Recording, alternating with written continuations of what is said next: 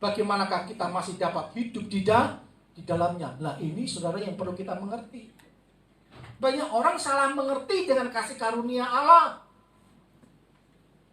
Banyak orang berpikir karena kasih karunia dia boleh bersikap semaunya, toh kasih karunia Tuhan akan,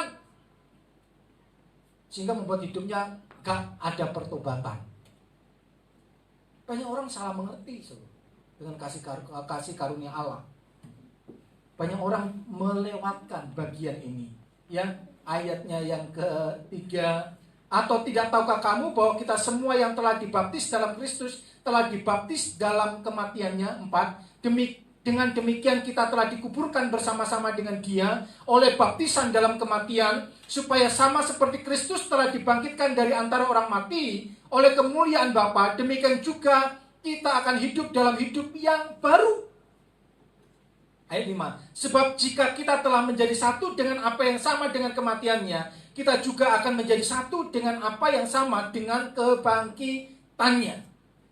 Karena kita tahu bahwa manusia lama kita telah turut disalibkan, supaya tubuh dosa kita hilang kuasanya, agar jangan kita menghambakan diri lagi kepada dosa. Ini kasih karunia tuh. Jadi ketika saudara beroleh kasih karunia, engkau beroleh hidup yang baru, di mana kehidupanmu yang baru, dosa tidak lagi berkuasa dalam dirimu. Amin. Dosa tidak lagi berkuasa di dalam dirimu. Yang punya pengertian, saudara, ketika dosa mulai mengintipmu, ketika dosa mulai mau menyeretmu, ketika dosa mau mempengaruhi dalam kehidupanmu, engkau bisa katakan kepada dosa itu, tidak. Amin. Saudara bisa menolaknya. Saudara punya kuasa untuk mengatakan tidak kepada dosa. Jangan turuti keinginan daging. Saudara bisa mengatakan tidak kepada yang namanya dosa. Itulah orang yang hidup dalam kasih karunia. Kasih karunia Allah membenarkan kita. Itu punya pengertian. Saudara akan mulai hidup yang baru, hidup di dalam kebenaran. Yang lama sudah berlalu, yang baru sudah datang. Dalam kehidupanmu yang baru, Tuhan memberikan roh yang baru. Lalu bagaimanakah saudara akan hidup sembarangan? Tidak ada ceritanya. Gak ada ceritanya. 1 Yohanes 1 ayat yang ke-9 bisa berkata, supaya kita mengakui dosa. Itu karena apa? Supaya kita ini tetap hidup di dalam kebenaran. Kalaupun toh daging ini bisa lemah, bisa melakukan dosa. Paulus katakan apa? Ketika dia melakukan dosa, bukanlah bukanlah dia lagi, tetapi dagingnya. Dosa yang ada dalam dirinya itulah yang Makanya 1 Yohanes 1:9 katakan apa? Ketika kita ada dalam situasi seperti itu, akuilah di hadapan Tuhan.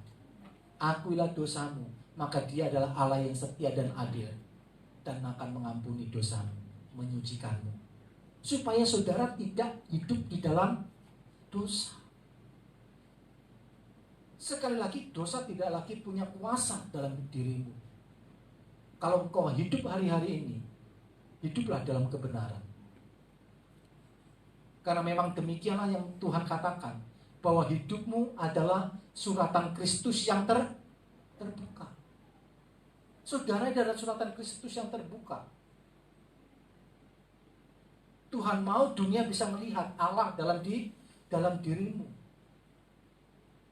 Tuhan mau supaya dunia bisa melihat bahwa ada Allah di dalam hidupmu. Yang percaya katakan amin. Bagaimana Pak? Saudara ingat cerita Yusuf ya? Kejadian 39. Satu pernyataan daripada tuannya Potifar, itu saudara memberkati saya. Karena Potifar di situ menyatakan kepada Yusuf demikian, bahwa Potifar melihat Tuhan menyertai Yusuf. Potifar bisa melihat bagaimana Tuhan menyertai Yusuf. Potifar bisa melihat bahwa ada Allah dalam kehidupan Yusuf. Potifar bisa melihat bahwa Allah membuat berhasil yang dikerjakan oleh Yusuf. Makanya ada keputusan yang ekstrim yang diambil oleh Potifar, yaitu mempercayakan seluruhnya kepada Yusuf, kecuali istrinya. Dipercayakan semuanya kepada Yusuf. Karena Potifar tahu ada Allah dalam dirinya. Saudara, perkataan Yesus ini dahsyat. Kalau kita memahami kebenaran ini, kita nggak akan main-main dengan kasih karunia. Kalau engkau hidup dalam kasih karunia yang benar, dunia bisa melihat Allah dalam dirimu. Maka engkau akan bisa mengalami apa yang firman Tuhan katakan. Tuhan akan mengangkat engkau menjadi kepala dan bukan menjadi ekor. Nah, kalau hidup kita aja nggak bisa jadi kesaksian, kerja aja semaunya, masuk kerja aja malas-malesan, kerja ya sak kenae ya, mut-mutan. Lalu bagaimana kita akan naik? Kalau saudara kerja dengan sungguh-sungguh, sampai di mana orang-orang yang ada di sekitar melihat, wih, Tuhan benar-benar membuat dia berhasil dalam kehidupannya, engkau akan mengalami kehidupan yang terbaik. Amin, saudara. Selanjutnya, yang ketiga, Yohanes 19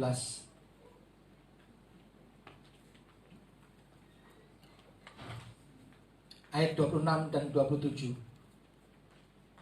Ketika Yesus melihat ibunya dan murid-muridnya yang dikasihinya di sampingnya, ketika Yesus melihat muridnya, melihat akan ibunya, saudaraku ya, berkatalah ia kepada ibunya, "Ibu, inilah anakmu." Yang dimaksud siapa? Para murid-muridnya. Kepada para murid-muridnya, Yesus katakan kepada ibunya, "Ibu, inilah anakmu." Lalu kemudian katanya kepada muridnya, ngomong nih sama muridnya,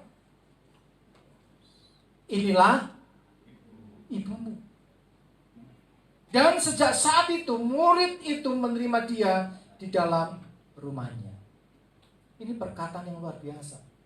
Dalam situasi yang seperti itu, Yesus gak hanya mikirin dirinya sendiri, saudara. Dia gak hanya mikirin dirinya sendiri. Dia tetap memikirkan kebaikan untuk muridnya, untuk ibunya. Yesus memperkatakan ini supaya dalam kehidupan para muridnya, ketika Yesus harus pergi, Yesus mau bahwa para muridnya ini memperhatikan ibunya. Demikian juga sebaliknya. Inilah satu kehidupan yang Tuhan juga kehendaki dalam hidup saudara dan saya. Sebagaimana Yesus peduli, hendaklah kita memiliki kehidupan yang juga mau peduli dengan orang lain. Hendaklah kita memiliki kehidupan yang saling memperhatikan, saling menolong satu dengan yang lainnya. Saudara miliki kehidupan yang seperti ini. Jangan merasa sok hebat, sok kuat, sok bisa sendiri, sok tidak butuh yang lainnya. Saudara, percayalah bahwa setiap orang itu membutuhkan orang lain.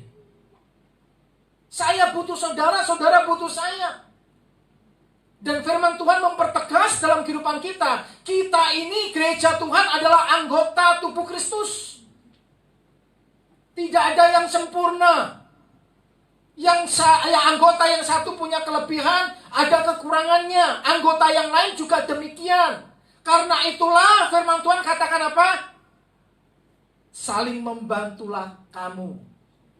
Saling melengkapi.